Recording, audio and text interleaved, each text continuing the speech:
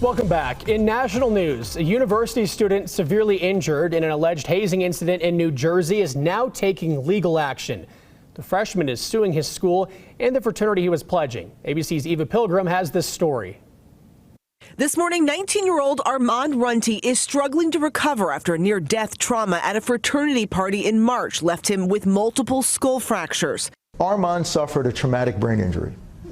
To this day, now 9 months later, he continues to suffer the consequences of that.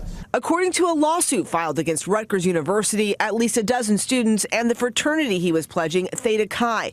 The freshman was allegedly encouraged and or forced to consume life-threatening amounts of alcohol, which caused him to become intoxicated and fall down this flight of stairs, hitting his head. The lawsuit claiming upon realizing the grave consequences of their conduct, the fraternity defendants unsuccessfully sought to conceal evidence of their hazing and underage alcohol violations. According to the police report included in the lawsuit, the incident was reported nearly 3 hours later. His lawyer says Runty spent months in the hospital with potentially permanent damage to his nervous system, according to his attorney. He's had major surgery. He hasn't been able to return to school. He has not returned to normal function. The incident similar to the 2017 event that cost Penn State student Timothy Piazza his life. The 19-year-old consuming large amounts of alcohol and falling down a flight of stairs while pledging a fraternity. A closed-circuit camera showing he lay injured for more than 12 hours. His frat brothers serving jail time over the incident. And last fall, 18-year-old Danny Santulli nearly died after authorities say he was pressured to drink an entire bottle of vodka at a pledging event at the University of Missouri. This surveillance video shows him falling backwards. He'll need care for life. He's still not talking or walking. He's in a wheelchair. He lost his vision.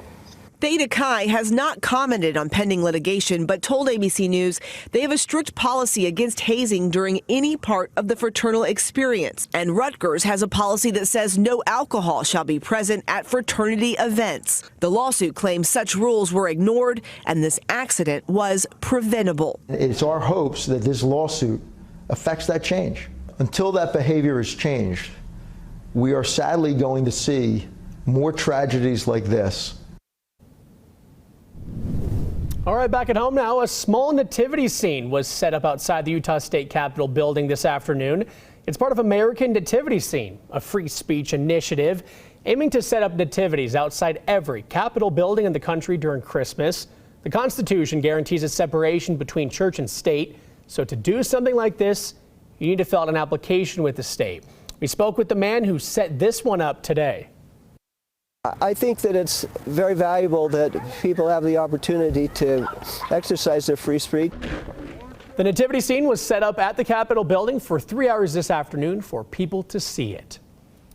If your family wants a new pet for Christmas, check out Salt Lake County Animal Services. Today it held the first ever Home for the Holidays shindig. Adoption fees for all pets were $20. People also brought their furry friends for pictures with Santa paws. We spoke with one man who adopted his second dog today. He says his current dog has just been wanting a friend.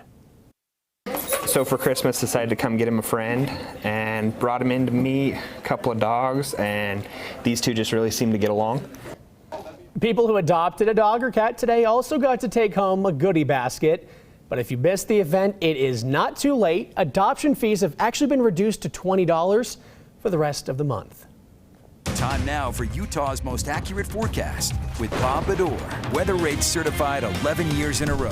All right, Bob, I don't know how you're going to top that. We went from cute dogs and cats to cute Bob, I guess. Well, thank you very much. I do have something coming up toward the end of this that I think I can raise that level just a little bit. Okay, well, tell us about these temperatures, Little spoiler Bob. alert, though. But let's tell you about this great photo I've got right now. Carol Dyer sent this up in Logan Canyon today. Got this picture. Not enough for Carol. No, she's a giver. She also got this great picture out there just to show you the beauty of Utah. Carol, thanks so much for sending that in. Beautiful, beautiful stuff. And our weekend. Look at a dry and cold weekend is what we've got right now. That haze is returned, and we'll see that for the next little while. But the temperature will be rising up over the next few days. And by rising up, I mean about 6 to 7 degrees from where we are now over the next 4 or 5 days. That's not too bad, but we do have some midweek action that is coming. And I like the phrase action, so we'll see what that all brings. Looking at our satellite satellite radar. You can see a lot of cloud coverage starting to make its way back into the state where we were mostly cloudless today, but starting to come back in, but it's not bringing the moisture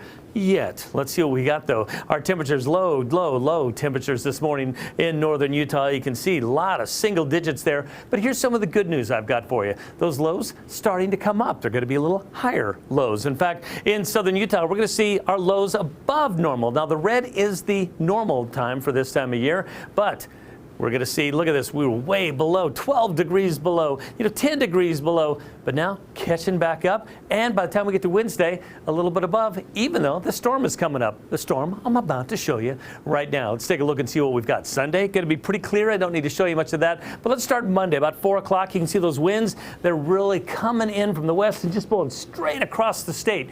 But we're going to start to see a change of that coming into late Tuesday into Wednesday, as we're going to start to see it start to come from the northwest. And with that, it's going to be bringing its friends with it. We've got little storms coming through. By the time we get into Wednesday evening, we're going to see some snow back in our mountains. The good news about that, of course, is that it'll also be brushing away that haze. We like to see that. But then, good news, that form is just going to stay as that jet flow just stays in there and continues on, bringing in some more. By the time we get to Friday, another good storm to give us that white Christmas we all know and love. Hey, snowpack, well, it's going well. We're above 100% all over. In fact, our statewide average right now, 140. You got to love that. And here's what I was talking about for Jordan. Here's something a little nice from snowpack.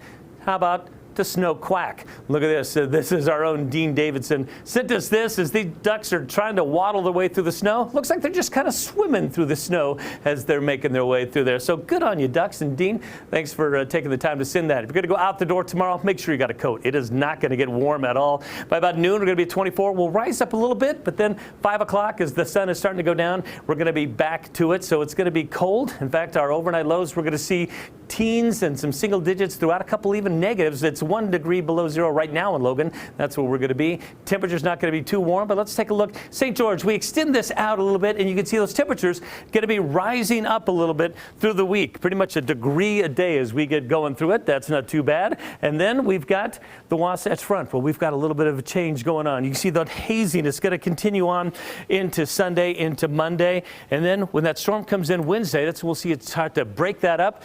And those temperatures are going to stay a little bit above freezing. So we like that for a little bit. But got that snow coming in Wednesday and then again on Friday. So it's going to be kind of a mixed bag as we get going through it, but still going to be cold. Yeah.